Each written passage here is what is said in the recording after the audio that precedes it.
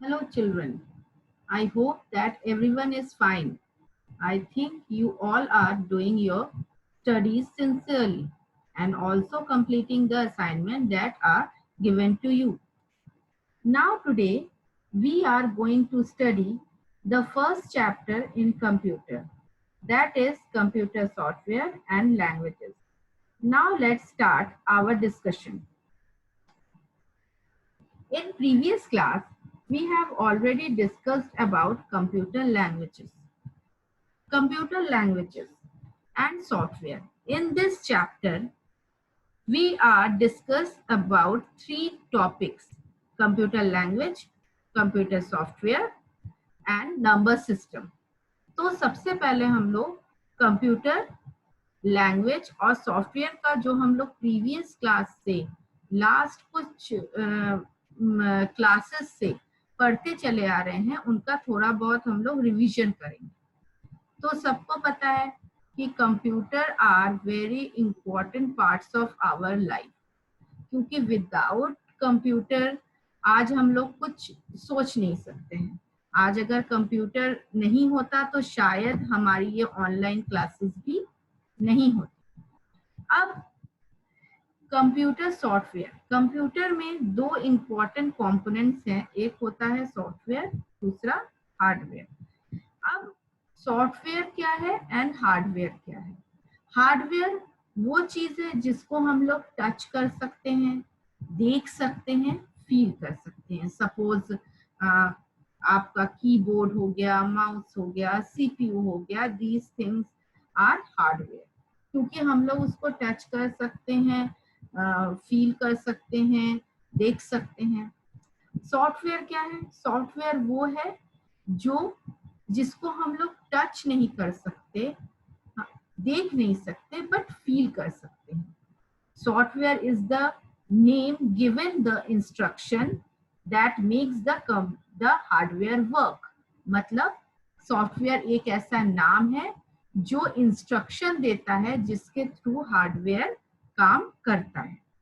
अब both are hardware and software are complementary to each other, means hardware और software दोनों एक दूसरे के बिना अधूरे हैं, दोनों एक दूसरे के पूरक हैं, दोनों एक साथ मिलके काम करते हैं। मतलब अगर हार्डवेयर ना हो तो सॉफ्टवेयर का कोई एग्जिस्टेंस नहीं है, और अगर सॉफ्टवेयर ना हो तो हार्डवेयर का कोई एग्जिस्टेंस नहीं है।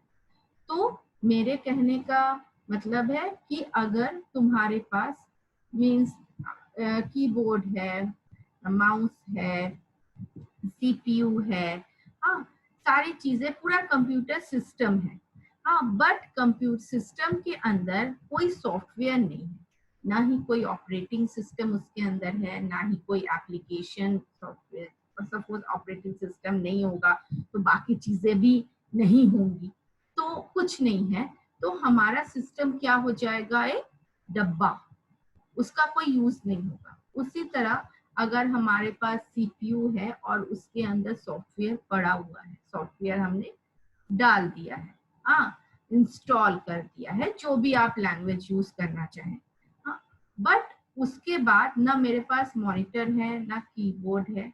अब उस सॉफ्टवेयर कोई भी ऐसा हार्डवेयर नहीं है जिसके थ्रू हम सॉफ्टवेयर पे काम कर सके, तो वो सॉफ्टवेयर बेकार है।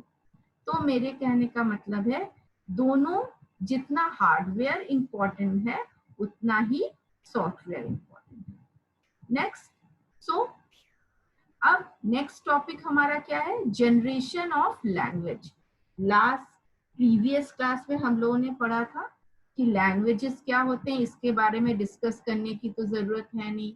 हाँ, एज अ ह्यूमन बीइंग हम बोल सकते हैं, किसी नॉर्मल मतलब ह्यूमन बीइंग से पूछे कि लैंग्वेज क्या होते हैं तो बोलेंगे सिंपल मीनिंग, बोलेंगे भाषा। भाषा English, Hindi, French, Tamil, Telugu, different types of languages हमारी लाइफ में होते हैं। पर उसी तरह कंप्यूटर की भी खुद की एक लैंग्वेज होती है जो वो खुद समझता है। वो कोई हिंदी, इंग्लिश, फ्रेंच इस तरह की कोई लैंग्वेज नहीं समझता, उसकी एक अपनी एक लैंग्वेज होगी। सपोज एक फ्रेंच पर्सन है और एक इंडियन पर्सन है। इंडियन जो है वो हिंदी में कन्वर्सेशन कर रहा है और जो फ्रेंच है वो फ्रेंच में बात कर रहा है। अब इंडियन हिंदी बोल रहा है तो फ्रेंच को समझ में नहीं आ रहा है, और जो फ्रेंच है वो फ्रेंच में बात कर रहा है तो इंडियन को नहीं समझ में आ रहा है। तो बीच में मुझे एक ऐसा चाहिए जो इन दोनों जो बीच का हो। तो हम एक या तो वहां पे कोई ट्रांसलेटर का यूज करेंगे जो इसकी भाषा को उस पे कन्वर्ट करके बोलेगा, या बीच में किसी एक का, तो वो ट्रांसलेटर कोई एक ह्यूमन बीइंग भी हो सकता है, एक इंग्लिश लैंग्वेज भी हो सकता है। सपोज उसी तरह हमारे कंप्यूटर में भी आपके लैंग्वेजेस होते हैं। कंप्यूटर की एक लैंग्वेज होती है जो हिंदी इंग्लिश नहीं समझता, एक अपनी एक लैंग्वेज होती है जो सिर्फ कंप्यूटर समझता है। तो कंप्यूटर के लैंग्वेजेस को हम लोग 4 पार्ट्स में डिवाइड करते हैं: low level language, high level language, fourth generation language, and last one is fifth generation language, या उसको आप आर्टिफिशियल इंटेलिजेंस लैंग्वेज भी कहते हैं। ठीक, फर्स्ट क्या है आपका? फर्स्ट आपका आता है low level language. It is also called binary language. And binary language क्या होता है? तो सबसे पहले आपको ये पता होना चाहिए कि बाइनरी मीन्स होता है बाइनरी नंबर। अब ये बाइनरी नंबर क्या होते हैं? बाइनरी नंबर होते हैं 0 और 1। आपको मैंने लास्ट क्लास 6 में बताया था कि कंप्यूटर सिर्फ 2 नंबर्स को समझता है, 0 और 1। वो सारी चीजों को पहले बाइनरी में कन्वर्ट करता है, बाइनरी लैंग्वेज में कन्वर्ट करता है, उसके बाद उसको समझ में आता है कि हम कहना क्या चाहते हैं। तो वो 2, 3, 4, 5, 6 ऐसे नंबर्स को नहीं समझता, वो सिर्फ बाइनरी नंबर को समझता है, दैट इज 0 और 1। It is one of the fastest programming language. जो आपका जो लो लेवल हाँ, तो ये है बाइनरी नंबर। अब इसके अंदर जो फास्टेस्ट मैंने बोला, जो फास्टेस्ट प्रोग्रामिंग लैंग्वेज है वो क्या है? वो है आपके लो लेवल लैंग्वेज के अंदर 2 और लैंग्वेज होते हैं। एक होता है first generation language, first GL, second होता है second generation language. First generation language is also known as machine language. Machine language को ही हम लोग बोलते हैं one of the fastest programming language. ये सबसे ज्यादा तेज काम करने वाला प्रोग्रामिंग लैंग्वेज है। अब मशीन लैंग्वेज आर जो होता है जो कंप्यूटर तो इजीली समझ लेता है, बट ह्यूमन बीइंग्स के लिए, ह्यूमन के लिए उसको समझना बहुत डिफिकल्ट होता है, क्योंकि binary code consist of nothing but thousands of 1 and 0। क्योंकि इसके अंदर बाइनरी कोड्स होते हैं जो बहुत सारे जीरोस और वन ही सारे इसमें यूज किए जाते हैं। अब it is the most basic and lowest level computer language. It also first programming language that are developed and used in computer. ये सब पहला प्रोग्रामिंग लैंग्वेज है जिसे कंप्यूटर में यूज किया जाता था। It is the only language that computer can understand instruction. Any other language first convert into machine language so the computer can understand it.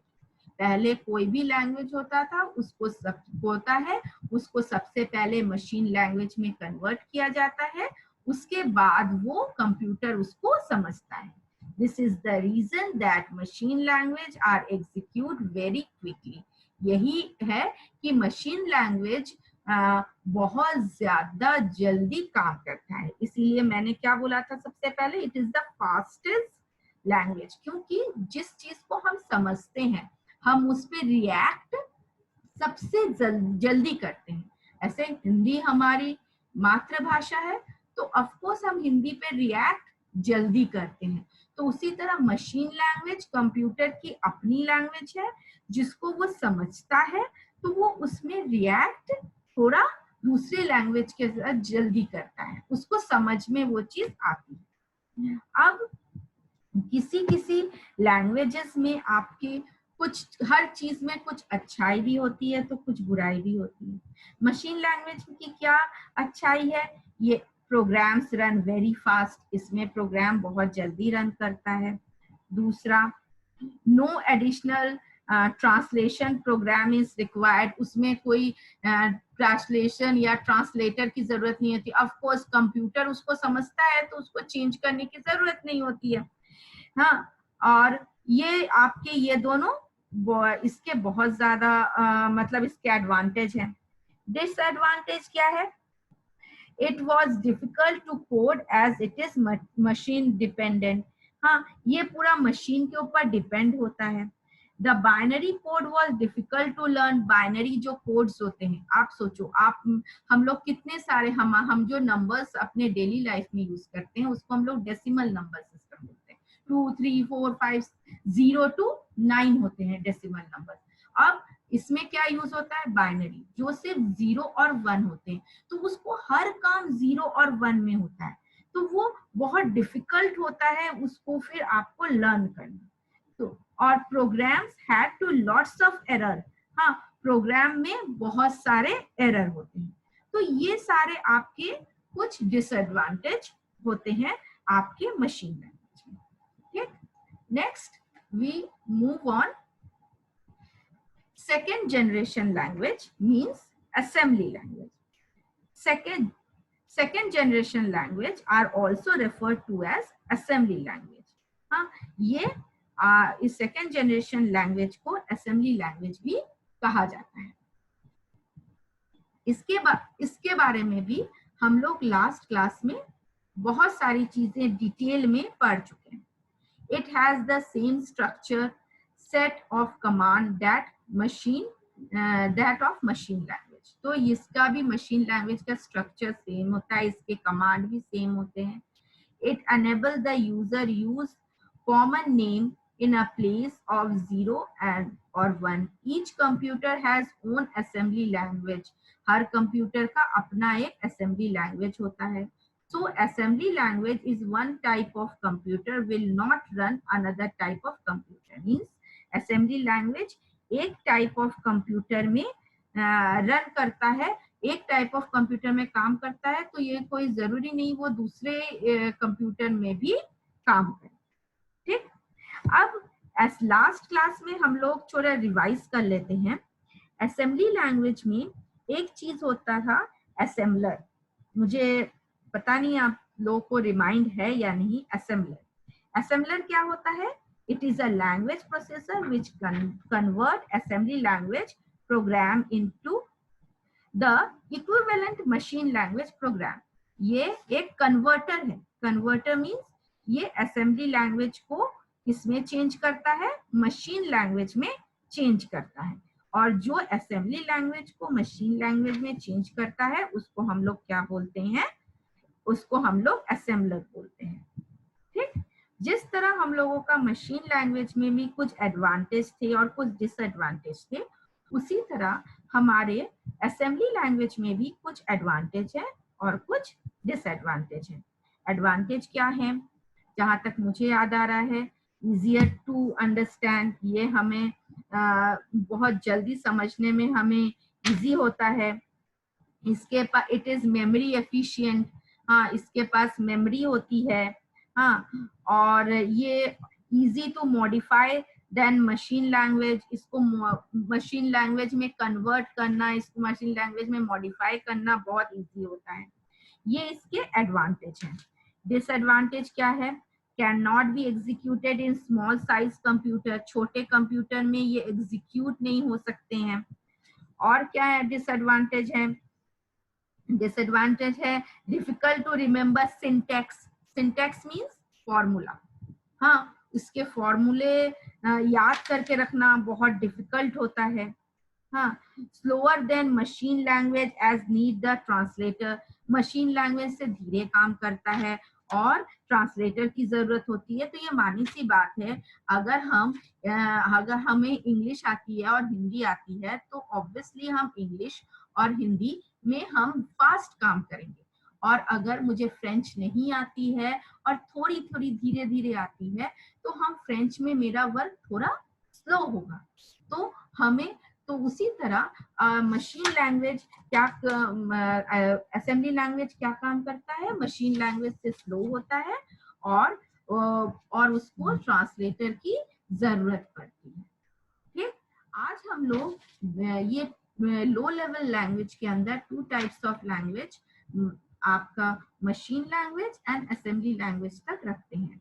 Then next class में we will discuss about high level language, fourth generation language and fifth generation language. Okay, students, read the both chapter both pages very carefully, and I will give you the assignment in the next class. Okay. Okay, bye.